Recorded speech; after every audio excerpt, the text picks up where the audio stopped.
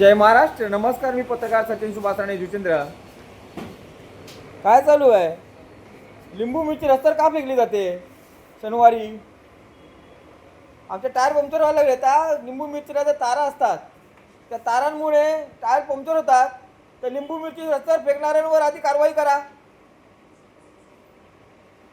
त्या लिंबू मिरचीला काय होणार आहे का? पण रस्त्यावर तारा जातात त्या लिंबू मिरची बरोबर, आणि हे टायर पंक्चर होतात अशा प्रकारे, आणि खर्च येतो.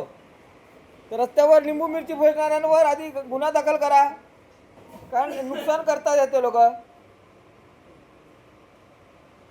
शनिवारी तुम्ही घराला लावलेले लिंबू मिरच्या, दुकानाला लावलेले, गाडीला लावलेले लिंबू मिरच्या फेकताना त्याच्यामुळे आमच्या गाड्याच्या टायर पंक्चर व्हायला लागले. तर याकडे गांभीर्याने लक्ष द्या.